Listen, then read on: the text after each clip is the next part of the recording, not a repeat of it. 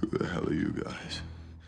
The Nameless, also known as the Trailblazers, are people who explore the universe together following the aeon of the Trailblaze Akavili, a group of brave and curious intergalactic adventurers. The Nameless don't care of your origin, where you come from. They don't care about fame or profit. They just want to uphold the will and the traditions of their aeon, the Trailblaze aeon, even after its disappearance. And there have been many Nameless throughout the years. There have been more Nameless than you probably even realize. Obviously, I want to focus on the main Trailblazers that we know in the game, but I am going to briefly touch on some former and almost potential Trailblazers as well. But how did this group even form to begin with? Well, it all started 1,000 years ago when the Aeon Akavili traversed across worlds, laying down the silver rail that linked worlds together in the Sea of Stars. Obviously, we know that these are the main characters in the game, and the whole game's named Honkai Star Rail for a reason. This Aeon wanted to explore every inch of the universe and create a track that would connect them all. And many followers joined this god along the way for adventure and to journey and explore the cosmos. They would eventually be called the Nameless, and they rode a train called the Astral Express, created by Akavili. Sometime after the Swarm disaster, when Akavili fell or went missing, a group of loyal Nameless carried on what their Aeon had started, continuing the exploration of the unknown and helping out struggling planets along the way. Their beliefs that one day the Trailblaze will connect the entire universe. Now I'm going to do my best to fill in the blanks for certain characters that we don't know much about them, but let's go over each Nameless, both past and present, starting with one of the most interesting characters in the entire game, Wel Yang, who was actually from Honkai Impact 3rd. Don't worry, if you haven't played those games, it can be pretty convoluted, that whole lore and story, but I'm going to simplify it in a way that's easy to digest and understand. Wel Yang actually is from Earth in the Honkai Impact universe. His birth name was Joaquin Nokian Virtanen, of Finnish origin, born to his parents, Elias Nokian Virtanen and Henrietta Yang, in 1942. You see, his story gets intertwined with a gentleman named Wel Joyce, who was a hairster created by the Honkai that hit Berlin in 1952. The Honkai is like an ultra-powerful phenomenon that comes in many forms to decimate civilization. It is basically the premise of these games. What makes up the known universe, the imaginary tree, and the Sea of Quanta, making up the multiverse of these games, the Honkai acts like a purging system. It comes in the form of many things: disasters, monsters, calamities that end civilization. A giant purging system for the imaginary tree. It's just a supernatural phenomenon, and sometimes this phenomenon can give birth to hairsters, immensely powerful individuals. Such an individual was born out of this calamity in Berlin, known as Wel Joyce. And these hairsters have a hairster core, which is kind of like a gnosis for an archon, I guess is a good way to put it, giving them insane powers but also insane amounts of knowledge about everything: technology, philosophy, all of these things. So this Wel Joyce became like a godlike being. But there was a massive worldwide organization that specialized in studying and experimentation. Basically, it's like a worldwide NASA or something for the Honkai world. And this scientific organization was known as Schicksal. And throughout the years, there would be many evil members of Schicksal. Not all, but the higher-ups definitely wanted to control Wel Joyce, Auto Apocalypse being the main one. Wel Joyce being a hairster from this incident in Berlin where the Honkai hit. He was obviously taken and experimented on, but he was not hostile or a bad individual. Transferred all around the globe to different laboratories to be experimented on and run tests until two scientists in the London lab, Lab 42, named Einstein and Tesla, two girls who actually treated Wel Joyce like a human, not a test subject. They would go on many adventures together, and this is where they would meet Joachim, our current Welt. But the higher-ups and the other individuals within this global organization did not like this. So all of the people of Lab 42, they plotted to have them killed and take Wel Joyce. But obviously Wel Joyce grew quite attached to all the people of Lab 42 who treated him well. There was also a divine key, a super-powered weapon, discovered millennia ago, probably over 100,000 years ago, and it was made by other hairster cores that lived thousands of years ago, because the Honkai has come and gone many times throughout the eras, so there would have been other hairsters as well. This weapon was made by those cores of those hairsters. and this weapon was known as the Star of Eden. It's the same staff that Wel Yang currently has in Honkai Star Rail, Acheron being fully aware of its abilities, even teasing him a little bit during their dialogue. This weapon can create anything and do anything that you have knowledge of.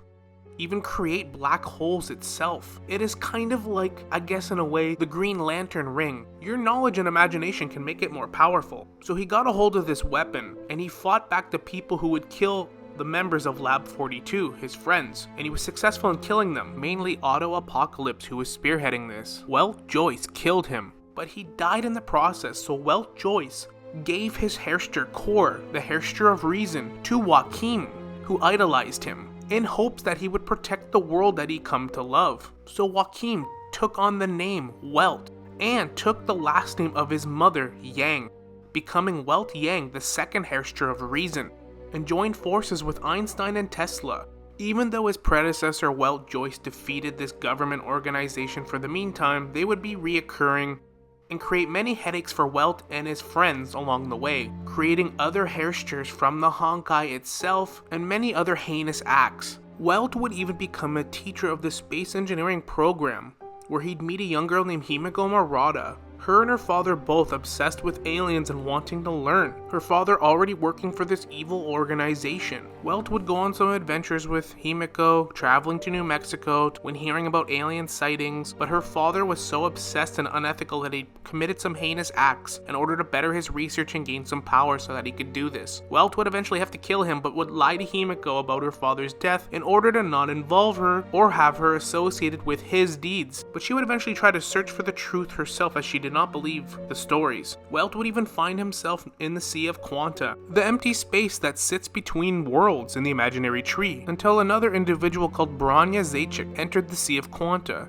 and he acted as a guardian to them in the sea. He saw Branya as a worthy candidate to be the third hairster of reason, so he would give her the core that Wel Joyce once gave him, and they would leave the Sea of Quanta together. Many years later, there's basically some aliens that want to absorb all the Honkai energy on Earth and wipe out all of the inhabitants on Earth. Big alien invasion. Welt obviously trying to stop this. He boards one of these alien spaceships but finds files on someone who appears to be Himeko, the same Himeko he taught in his classes. But this is actually the Himeko from Honkai Star Rail, a different universe Himeko, a Himeko from a different world. Why the aliens were actually interested in her, we don't really know. But apparently, the aliens intended on invading her world. So Welt journeys to her world and was found by her aboard the Astral Express. And this is the beginning how he joined the Astral Express and the Honkai Star Rail world, and game for that matter. Welt was not alone though, he was with a man called the Void Archives. This being was essentially Auto Apocalypse's body, used and taken over by an AI. Auto Apocalypse had cloned bodies, so this AI became its own entity in the body of Auto Apocalypse. In today's age, Welt is a seasoned and experienced member of the Astral Express, who has saved Earth from annihilation time and time again.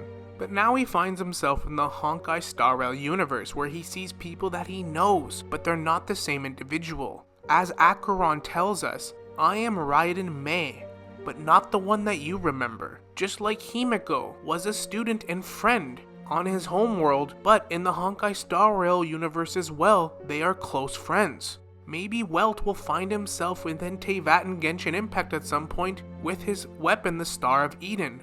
Who knows? Moving on to Himeko now, she is the leader of the Astral Express and the Nameless, and the most senior member. We know after the fall of the Trailblazer aeon, they carried out this mission, but somewhere along the way, the Astral Express was abandoned and broke down on Himeko's home planet in Honkai Star Rail. She is an immaculate scientist and engineer, and even as a young woman, she found the Express while it was stranded on her world and decided to fix it up. Once she fixed it, she decided to board it and started traveling around the universe. Along the way, she met many companions, starting with Welt, who found himself on the Astral Express, and our current crew that we have today. Himeko carries around a suitcase. She previously had a bunch of train repair tools and parts within it to fix the Express, but now it's packed with other things like a high-tech saw, a satellite, and countless other contraptions. This suitcase sums her up very well as it has everything that she needs on the fly. Quite a few years ago, before she had met any of her companions, Herta sent her on a mission to Sal Soto. But on this journey she discovered an unknown signal coming from a ruined starship. She found Welt and his companion, who were drifting aimlessly through space with no fuel left, and rescued them. The pair had both left their original world to fight alien invaders from beyond the sky, but it is unknown how they ended up drifting through space. But we know, Welt came to save Himeko from the alien invaders, making Welt and his companion the first people other than Himeko to actually board the Astral Express in its new heyday. Sometime after this, Welt's companion started acting up and he left, Himeko referencing him as being pretentious, who bears an uncanny resemblance to Locha. So I wonder if they're the same individual. I wonder if Locha is just the export character or other universe version of Auto Apocalypse, or the AI that traveled with Welt, also in the wrong universe. If you want to take this one step further, I wonder if Auto Apocalypse is the AI controlling an artificial body of himself, kind of like an Armin Zola from like Captain America in the computer screen. He preserved his knowledge and his mind through hard drives. Makes me wonder. There is a little bit of a reference to Himeko Murata from Welt's world. As her timeline and story would continue, she'd become a Valkyrie, and her sword can be found in Herta's space station, referencing the other Himeko.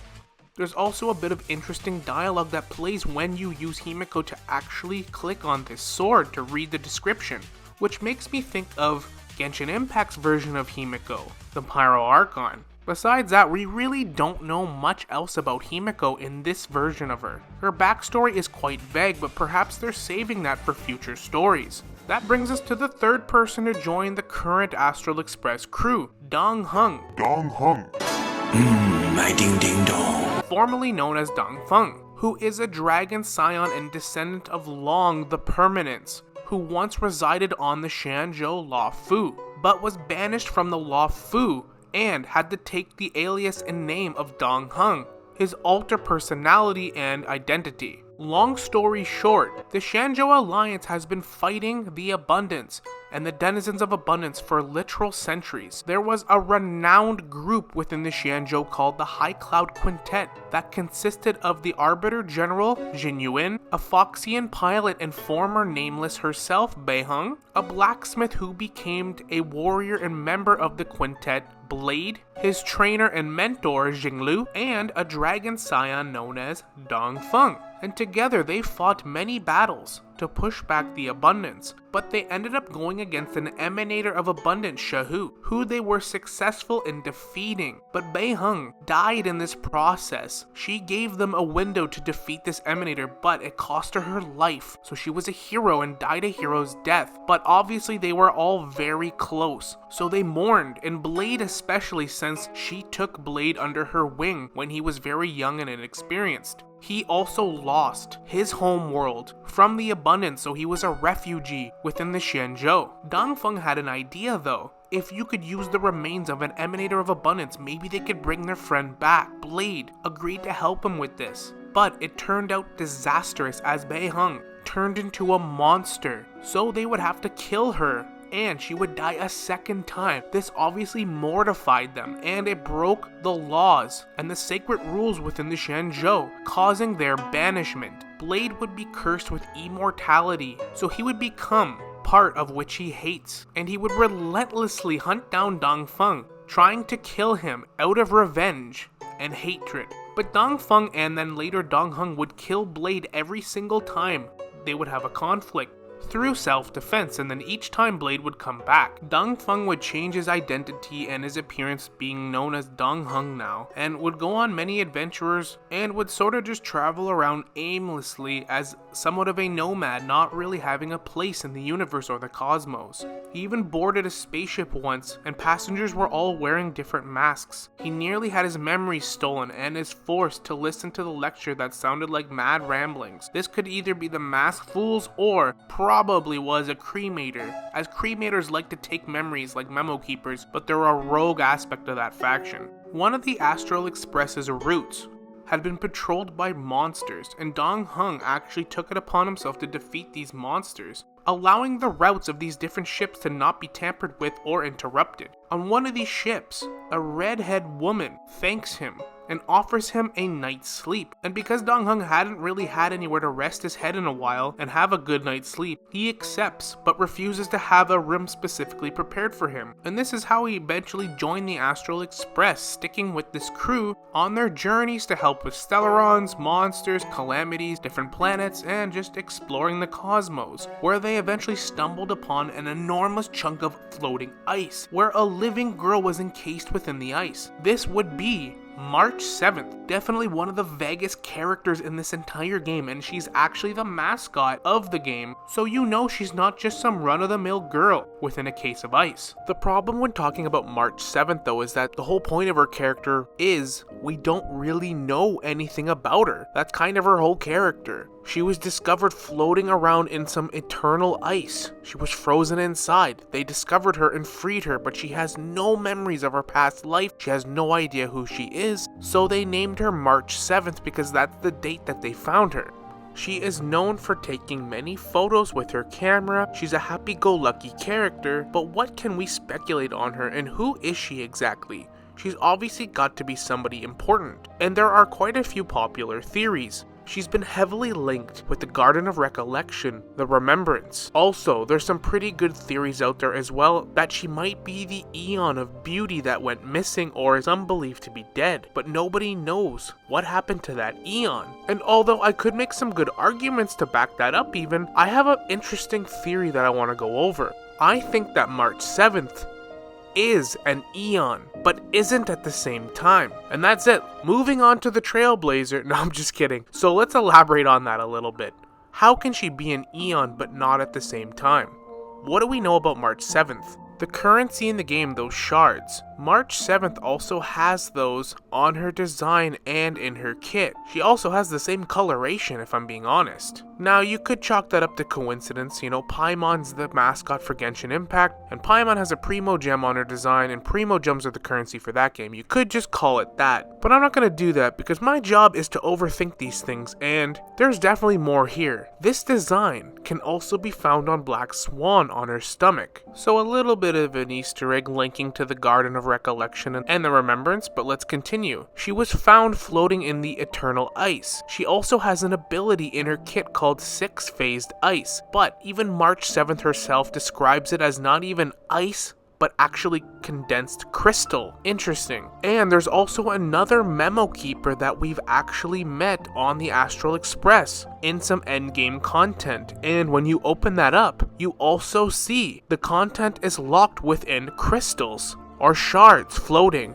Could this also be other eternal ice? March 7th also has a camera and is always taking photos. Photos are obviously to remember different things, very much in line with the Remembrance. The Garden of Recollection and all of its memo keepers have given up their mortal bodies, and they try to preserve the memories of the universe so that one day when it's destroyed and wiped out, there will be memory of what was. That is the entire point of that Aeon and its followers. But I always wondered about memo keepers giving up their bodies, like Black Swan did, that they probably follow in the path of their Aeon like all of the other followers within the game. Every single individual or faction that follows an Aeon usually share characteristics with that Aeon.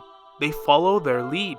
The Antimatter Legion seeks to destroy in the name of Nanook, and the Architects are building walls because their Aeon builds walls, so they must too. There's a million examples of this, but what I'm saying is, do the memo keepers discard their mortal forms? Because that's what their Aeon does. And if that's the case, did Fully of the Remembrance discard its own body? March 7th herself saying that her own move, Six-Phased Ice, is more like condensed crystal. The Aeon Fully is literally a humanoid giant crystal. When Black Swan gave us our credits at the end of Penacony, they leave March 7th's real name out, deliberately. Now here's my two theories. Theory 1. The Aeon of Remembrance is the old March 7th. Whoever she was before she was March 7th. Her whole essence. It would be like if somebody took whatever makes you you, your mind, your thoughts, your soul, everything that makes you who you are, and just took it away from your empty husk of a body left over. And that, whatever that would be of March 7th, became the Aeon of Remembrance, abandoning its mortal body, or how people recall it as looking like a giant crystallized humanoid. And we know March 7th has this ability as well. March 7th being the mascot of the game and perhaps the Aeon of Remembrance is whoever March 7th was once they abandoned their mortal body.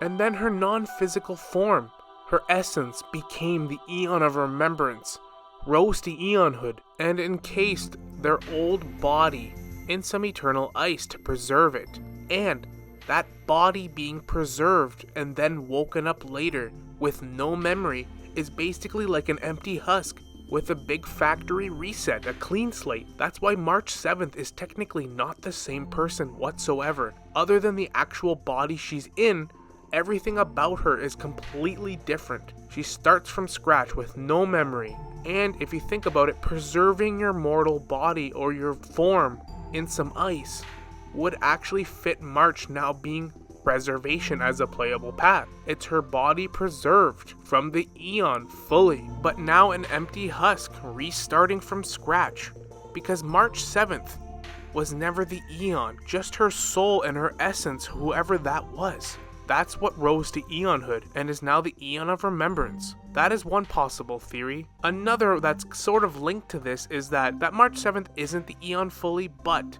was selected by the Remembrance to be where they store these memories. Because if you're storing and saving all these memories of the universe, of everything that ever happened from all your memo keepers, where the hell are you gonna put it? How is it gonna survive? When the entire universe is destroyed and reset, how do these memories get preserved? Well, maybe March 7th is an emanator and is a vessel. A physical vessel to physically keep these memories once the universe goes boom. I gotta imagine they're storing these memories somewhere. Maybe that was the purpose of this vessel that is March 7th. That's another possibility. Otherwise, she could just be a run-of-the-mill memo keeper that just found herself in some ice. But I really think, especially with the Trailblazers, they're way too significant of characters to just be something so simple. And honestly, I think that's a really cool thought, that she was an Aeon. Or at least her soul was, and it abandoned her body in some ice. And now that empty husk is a new individual that's journeying around with us on the Astral Express, but subconsciously still has some old habits, like with her camera. But anyways, I am curious to see what you guys have to say in the comments, so definitely let me know. And that brings us to probably the most mysterious character in this game, us, the main character. What's going on with them? I did make a video in length talking about this, but I'm going to recap it here, because besides the little bits of information that we know, it's mostly up to us to theory craft until we get more information. We know that we were part of the Stellaron Hunters before Kafka and Silverwolf brought us to Herta's space station and placed the Stellaron within us. And all of the Stellaron Hunters have great trust and are friendly to us, so it's only safe to assume, almost unanimously at this point, that we were probably one of the first Stellaron Hunters ever recruited. And the Stellaron Hunters are now confirmed to be on the path of finality, the Aeon that can move through time. An Aeon with endless possibilities, especially when you're talking about time travel. Elio might just be the Aeon of finality or an emanator of finality. He's the best candidate we got, because he has his scripts. And we know that the main MC, right now, is on the path to stop the destruction, save the universe, and is collecting paths like Infinity Stones. That is crazy. We have literally collected 3 different paths and got gazes from 3 different Aeons already. That's nuts. And I think that was Elio and our plan before we got our memories wiped by Kafka. And that's where the theories come in for the Trailblazer. I think that Aeon of Finality might have traveled into the future and seen the destruction of the universe and is now on his scripts or with his Emanator scripts trying to prevent this. How, you might ask? Well, by taking the main MC, who might be someone significant in their own right, placing a Stellaron within their body, and have them collect a bunch of different paths, possibly to become the most supreme ultimate Aeon, and the only way to truly save the universe from whatever demise is coming, from the destruction, the IPC, who knows. It would definitely seem to me that we're on the path to become an Aeon with a Stellaron in our body, and this was all premeditated and planned. But in order for this to actually work, maybe our memories needed to be genuinely wiped in order for this to actually work, because if you have no knowledge of this plan, maybe you will wholeheartedly, genuinely earn that gaze of that Aeon for the plan to work. And the other Stellaron hunters behind the scenes, always on each planet, making sure things go according to plan. That is the best guess I can come up with. It would be crazy too if the Trailblaze Aeon that went missing is the finality. If the Trailblaze Aeon is known to travel and traverse and explore, who is to say it didn't find its way through time, maybe through the imaginary space, through the multiverse? The Hoyoverse is vast, and perhaps the Trailblaze Aeon discovered the end of the universe and what was to come. So it traveled back in time, but is now known as the finality. I mean, Akaveli was said to just vanish one day.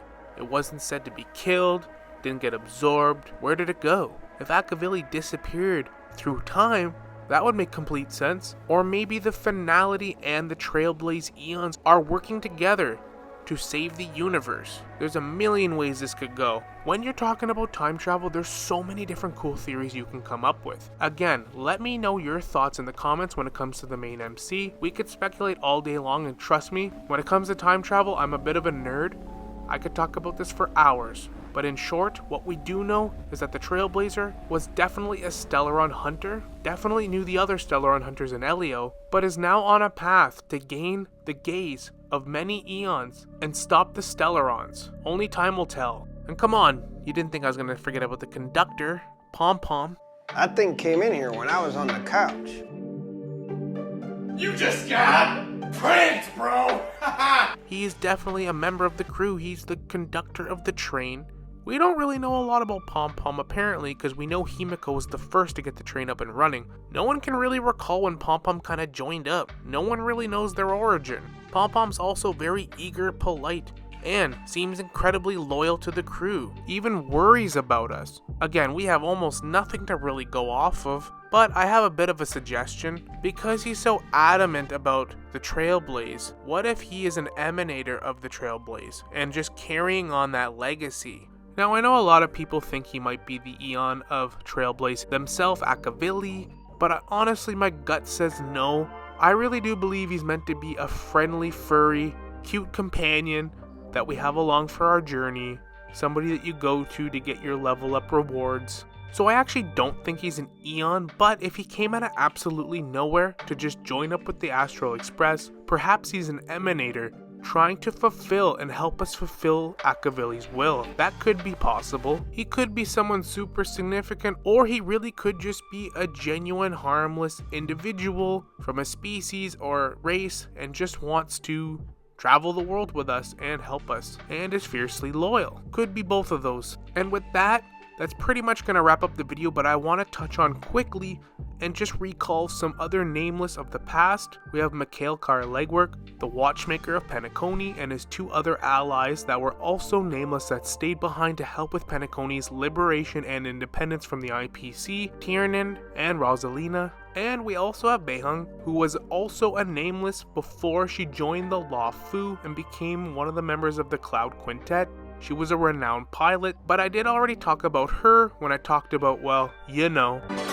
My ding ding dong. As Waldo Schneider from the IPC, one of the board members, the guy that Boot Hill wanted to put a freaking bullet in his dome, that guy was a Nameless before he joined the IPC. And one interesting one, Silverwolf, wasn't actually a member, but Silverwolf was going to join the Nameless because she had a desire to travel around and wanted to leave her home planet for a bit. But the Stellaron hunters found her first, and with Aleo scripts and their persuasion, it was too juicy to deny. So she ended up joining them instead. But yeah, that's going to cover the Nameless, some past ones, and the main present ones that we have in the game. Will Black Swan join our crew permanently? Probably not, but you never know. Anyways, thank you so much for watching. I do hope you enjoyed the video. Again, for the characters we're not 100% sure of yet, definitely let me know your thoughts in the comments if I missed something or if there's some information I might have missed. Definitely let me know. Like and subscribe if you'd like to see more content like this, and as always, we will see you all in the next one. Later.